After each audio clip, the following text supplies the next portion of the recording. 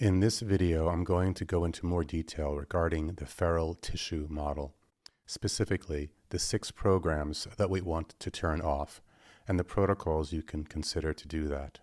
First, take a look at the logo on the right side of the screen. The logo is a map. It shows how healthy cells become feral and how we might help these lost and confused cells find their way back to good health. I suggest you take a moment to click on the logo at feraltissue.com. It will bring up a copy of this map that you can print out so you can follow along. I'll leave the map up on the screen so that if you can't print it out, you can see it as we take this journey together. Okay, first, if you're dealing with feral tissue now, take a slow breath. This is your map and I will be your guide. We begin at the bottom of the map where it says good health. This is where we were before cells started misbehaving and becoming feral, and this is where we want to return to.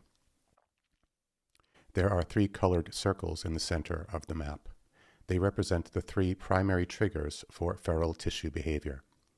There are also 6 terms around the outside of the logo. They represent the 6 programs that these 3 primary triggers activate.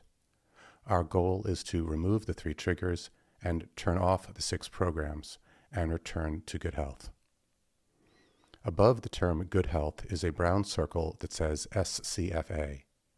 SCFA stands for short-chain fatty acids, and the brown color is the color of our stool.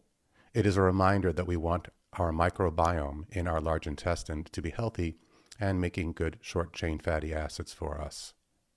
If you are unfamiliar with what short-chain fatty acids do, you may wish to watch our videos on the microbiome. Unfortunately, due to antibiotics, pesticides, chlorinated water, and other toxins, many of us do not make enough good short-chain fatty acids. This is the first primary trigger, a lack of short-chain fatty acids.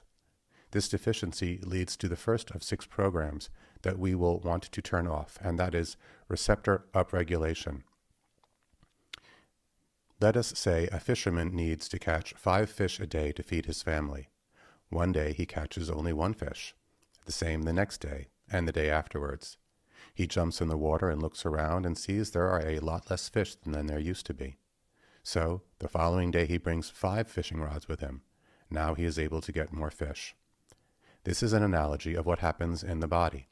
Every cell has little fishing rods on their membranes to bring in needed supplies. We call these receptors. When there isn't enough of a needed substance, the cell simply puts out more fishing rods. In the body, we call these receptors. So, if our microbiome doesn't make enough short-chain fatty acids, then cells increase the number of receptors that can bring short-chain fatty acids in to the cell. The receptors for short-chain fatty acids are called AHR receptors, and you can see them inside the indigo-colored circle with the letters AHR inside. This is how the first program gets turned on. Not enough short-chain fatty acids from a microbiome, and this gives us the increase in the AHR receptors. This has an unintended consequence. The AHR receptors are what are called promiscuous receptors. That means that there are a lot of things that can bind to them. A chemical that binds to a receptor is called a ligand. There are hundreds of ligands that can bind to the AHR receptor, and most of them are not good for us.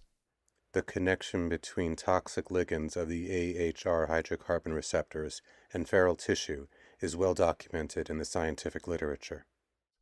One famous toxic ligand is dioxin, the toxic chemical in Agent Orange. Another issue is that certain fungi, bacteria, viruses, and parasites have learned how to make ligands that can bind to our AHR receptors as well. Why would they do this? AHR receptors deliver the ligands right to the DNA.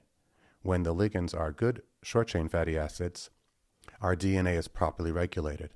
Certain infections, however, hijack the AHR receptors with their ligands and trick the DNA into suppressing the immune system. This lets infections live in our body without our immune system attacking them. Nearly 20% of all feral tissue is associated with viruses, including Epstein-Barr and cytomegalovirus, two common members of the herpes family of viruses. This is likely due to the ability of the herpes-type viruses to damage the critical p53 gene, which triggers the self-destruct apoptosis signal in dangerously growing cells. Without this important gene functioning properly, damaged cells can replicate without limit. Aflatoxins from fungi and mold are also known to cause feral tissue. Even some parasites are correlated with feral tissue. So, what can we do about this?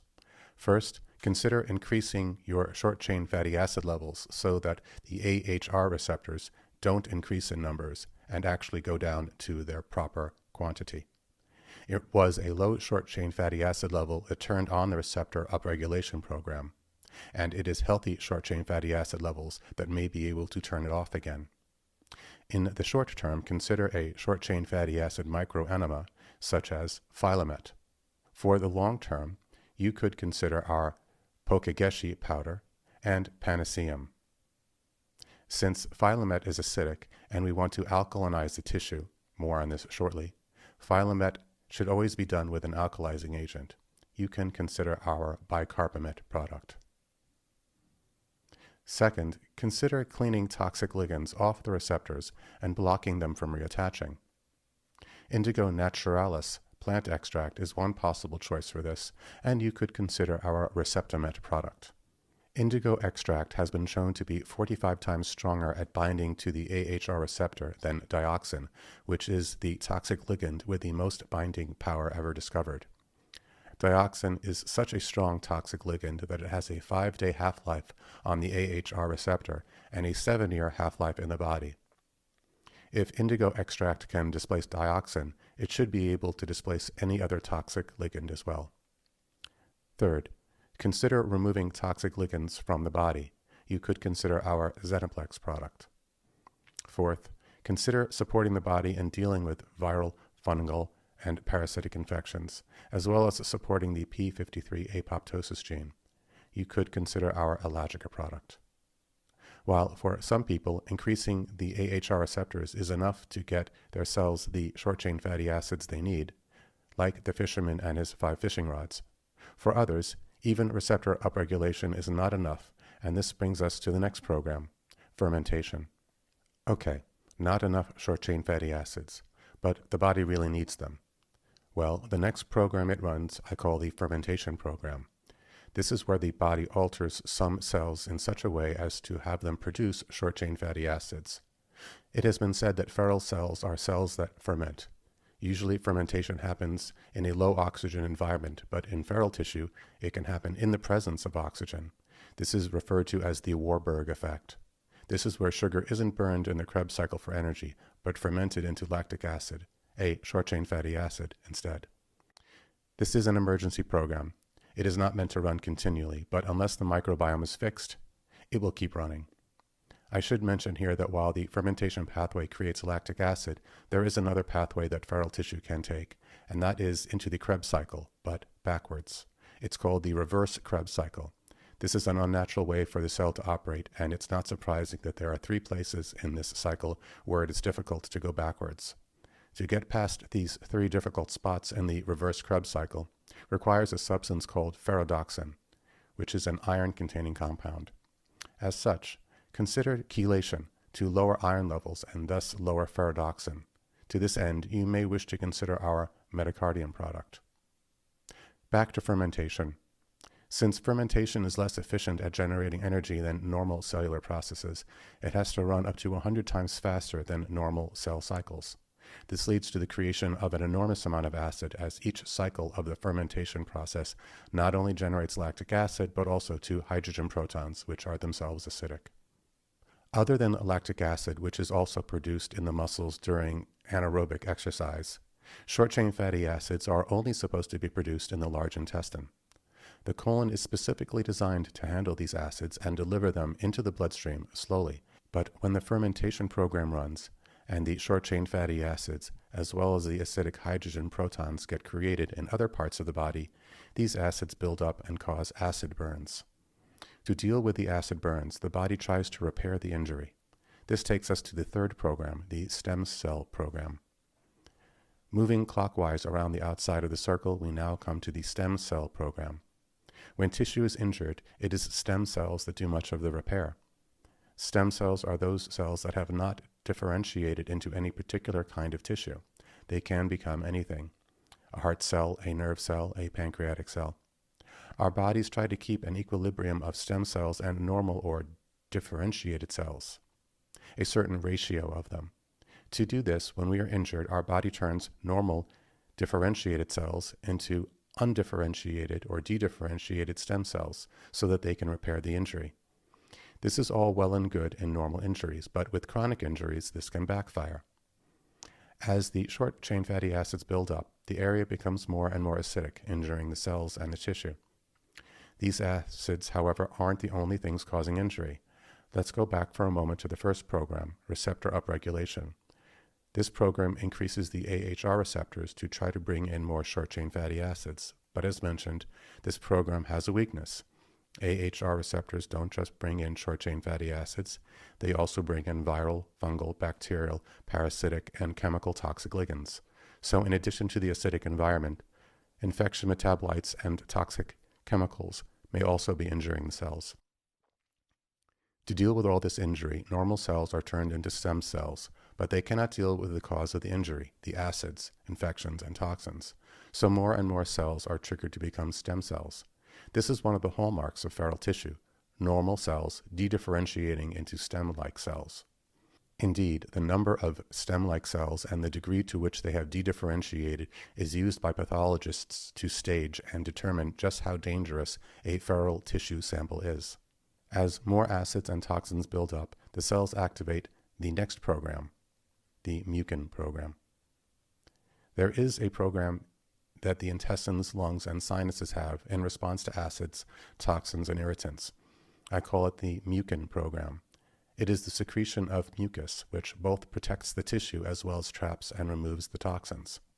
In the lungs, tiny hair-like cells called cilia move pollutants and irritants trapped in the mucus out of the lungs.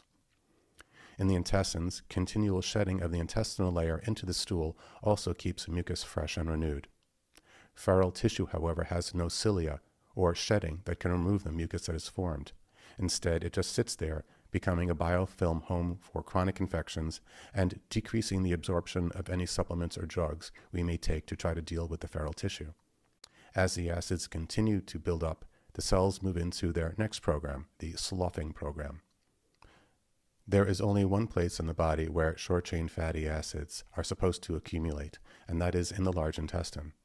To deal with the acidity from short-chain fatty acid production, cells of the large intestine are sloughed off every few days into the stool. This prevents the large intestine cells from becoming feral due to a continual exposure to an acidic environment. Unfortunately, this sloughing program also happens in feral tissue. In feral tissue, the acidity causes a decrease in the adhesion molecules that hold cells together, so they can float freely. The acidity also triggers the production of high levels of enzymes such as collagenase, gelatinase, hyaluronidase, laminase, and cathispin. Adhesion molecules are what keep cell types together. Liver cells stick with liver cells, heart cells stick with heart cells. We don't want our liver dissolving into independent cells and floating through our body. This is the job of adhesion molecules. Unfortunately, these enzymes break down the adhesion molecules and dissolve the surrounding tissue, which allows free-floating feral cells to get into the bloodstream. Unfortunately, in feral tissue, the sloughing program triggers cells to break away from other cells like themselves, and the enzymes dissolve the surrounding tissue, which allows these free-floating feral cells to get into the bloodstream and lymphatic vessels, where they can create outposts in distant parts of the body. What was a great and protective program in the large intestine becomes a very dangerous program in feral tissue.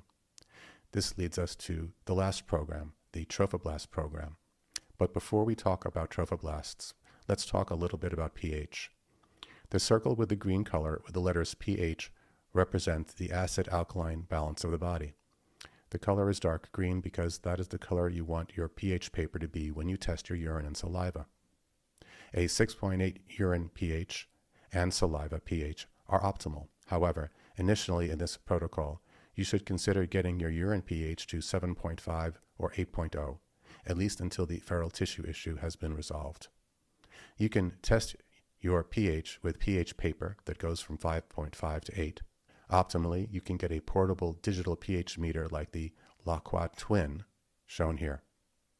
Something very odd happens to the pH of feral cells. Internally, they become very alkaline, and externally, they become very acidic. How does this happen? The model I am proposing states that feral tissue is making short-chain fatty acids due to a lack of short-chain fatty acid production in the large intestine. Okay, these short-chain fatty acids now have to get out of the feral tissue cells and into the general circulation. There are two ways they can do this. They can be exchanged for bicarbonate, and they can be exchanged for sodium. That means that when the short-chain fatty acids leave the cell, either bicarbonate or sodium have to take their place. Since bicarbonate and sodium are both alkaline, this causes the cell to go alkaline on the inside. Since short-chain fatty acids are acidic, this brings acids to the outside of the cell, and it becomes even more acidic since the alkaline elements of bicarbonate and sodium were removed from the extracellular environment. And this is exactly what we see. Feral cells are alkaline on the inside and acidic on the outside. And since alkaline bicarbonate will not pass by diffusion out of the cell but only by an active pump, the bicarbonate just keeps building up inside the cell, making it more and more alkaline over time. This process is called a reverse pH gradient. Alkaline on the inside, acidic on the outside. But wait, you might be thinking, isn't alkalinity good? No, not like this it isn't. An excessively alkaline environment supports fermentation, the second program, but at a terrible cost. It is this alkalinity inside the feral cell that drives most of its unwanted behavior, including rapid growth. Alkalinity also damages the lysosomes. Lysosomes are small organelles in the cells which are responsible for degrading or storing toxins, such as the toxic ligands that excess AHR receptors can bring in, as well as participating in apoptosis, which is the program that causes dangerous cells to self-destruct. For those that choose a standard treatment model, as little as a 0.4 increase in intracellular pH towards the alkaline has demonstrated a 2,000-fold increase in resistance to doxorubicin, a chemotherapy drug. On the other hand, it is the acidity outside the cells that drives invasion and growths at remote locations. So pH is very important. Fortunately, it is not that difficult to shift. The first step is to eat alkaline-forming foods. All animal products, grains other than oats and quinoa, and beans other than lentils are acid-forming. All vegetables other than tomatoes and spinach, and all fruit other than pomegranates, figs, dates, and plums are alkaline-forming. A pH-neutral diet would be 80% vegetable and fruit, with most of it being vegetable, and the remainder being acid-forming foods. Those animal products we eat should be grass-fed beef, pasture-raised poultry and eggs, and wild-caught fish. Otherwise, they too are fed grains, so they become doubly acid-forming. However, changing diet is not enough. Once a person discovers they have feral tissue, they have years, if not decades, of acids stored in their connective tissue to get rid of. So here are some more powerful protocols to consider. One option is to drink 48 ounces of fresh vegetable juice a day. A mix could be half carrot, a quarter cucumber, a quarter celery, and remember, no tomatoes as they are acidic. Another option would be to take hot baths with 2 cups of aluminum-free baking soda every night. But the easiest way to shift pH to the alkaline is to take oral bicarbonates, but it has to be done properly. Just mixing baking soda in water will shift the pH, but it will also wipe out stomach acid, which damages digestion. As such, we make a bicarbonate product that will only open up in the small intestines. It is called Bicarbomet. We make a video on it that you may also wish to watch. If you can't get our bicarbonate, then consider 1/2 a teaspoon of sodium bicarbonate and 1/2 a teaspoon of potassium bicarbonate mixed in water that you can drink over the course of the day. Of course, high levels of sodium and potassium should only be taken under the supervision of your healthcare practitioner, especially if you have kidney issues. Finally, some could consider the injection subcutaneously of a 4.8 solution of sodium bicarbonate. If you're going to do that with a syringe pump in the slowest setting, again, this is something that should only be done with medical oversight. pH is very important. Remember, it is the alkalinity inside the cell and the acidity outside the cell that drives most of the behaviors of the feral tissue that we want to stop. We can deal with these pH abnormalities, this reversed pH gradient, by stopping the fermentation program that is creating the acidity and supplemental bicarbonates to help neutralize the acidity that has already accumulated in the connective tissue. We are now at the final stage, the one I call the trophoblast program. The trophoblast is the outer layer of cells of the early embryo. The trophoblast is what becomes the placenta in pregnancy. We could call this the placenta program, but for accuracy, I use the term trophoblast. The trophoblast has a lot of similarities to feral tissue. Both grow very quickly. Both exist in an environment of low oxygen and high carbon dioxide. Both have accelerated blood vessel growth. Both show a lack of contact inhibition, that is, they don't stop growing when they bump into their neighbors. Both have limited Krebs cycle activity and make lactic acid. Both create the pregnancy hormone HCG, which then triggers progesterone, which stimulates migration and invasive behavior. Both produce enzymes that allow them to invade other tissue, and in the case of the placenta, it invades or attaches to the uterus, so it can have an anchor. Both have low voltage. Okay, what about oxygen? You could consider mild exercise while breathing in oxygen. This is called EWOT, or exercise with oxygen therapy. What about low voltage? Low voltage causes a loss of contact inhibition between cells. Normally, when cells touch, they stop growing. This is called contact inhibition. This is how a cut on the skin heals. When the edges meet, little voltage-sensitive receptors called gap junctions in the cells connect and tell the cells to stop growing. Feral tissue cells have less gap junctions, so they are less able to communicate, and almost no voltage, so even if the gap junctions do touch, there's not enough voltage there to tell them to stop growing. Voltage is so important that researchers have found that if you raise the voltage of feral cells, they stop acting feral as long as the voltage is applied. Walking barefoot on the beach or on unsprayed grass is one way, but this may not be something you can do every day. So, you may want to consider using negative voltage electron devices like our portable electron chargers. Okay, if trophoblasts or the placenta is so much like feral tissue, why doesn't it kill every pregnant woman? This is because at about day 56, the fetus starts producing the pancreatic digestive enzyme precursors, trypsinogen and chymotrypsinogen. Why would a fetus do this? It's getting all its food pre-digested through the umbilical cord. It turns out that these enzymes turn off the trophoblast program. It is the trigger that tells the trophoblast, okay, you can stop growing quickly and being invasive now. Mission accomplished. Now just act like normal tissue. Can we use these same enzymes to convince feral tissue to act normally also? Some doctors think so. Enzyme therapy for feral tissue was first proposed by Dr. Beard, followed up by Dr. Kelly, and then the late Dr. Gonzalez, who was its most recent champion. Indeed, studies have shown that the precursor enzymes, trypsinogen and chymotrypsinogen, support the redifferentiation of stem cells back to normal cells. These enzymes are so powerful that feral tissue introduced into a developing embryo can actually turn into normal tissue again.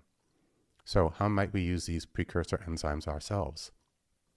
These enzymes come in two forms. The active forms, trypsin and chymotrypsin, and the precursor or unactivated forms, trypsinogen and chymotrypsinogen. What happens is that the enzyme cathepsin found in feral tissues, as a result of the sloughing program, activates these two enzymes, which means they only become active at the site of feral tissue. This is good news. You can, of course, try regular pancreatic enzymes, but these are usually the active form, so they can irritate any tissue they contact. These enzymes can break down elastin in the walls of the arteries and veins and age our circulatory system. What we want are the precursor forms.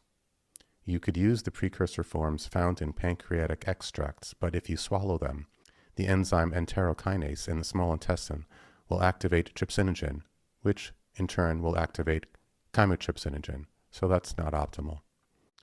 To make up for this, practitioners that promote pancreatic enzymes usually suggest 150 to 200 capsules a day. I suspect that these very high doses are required partially because the enzymes are not being delivered in their precursor form. In their precursor form, I believe much smaller amounts would be sufficient. As such, you may wish to consider our Pancremet liposomal enzyme product, which contains trypsinogen and chymotrypsinogen, which are the inactive forms of the enzymes. Since Pancremet is a liposomal product, the enzymes will not get activated in the digestive tract. To conclude, let us summarize. Looking at the map, the 3 colored circles are the main triggers for the 6 programs around the outside of the map.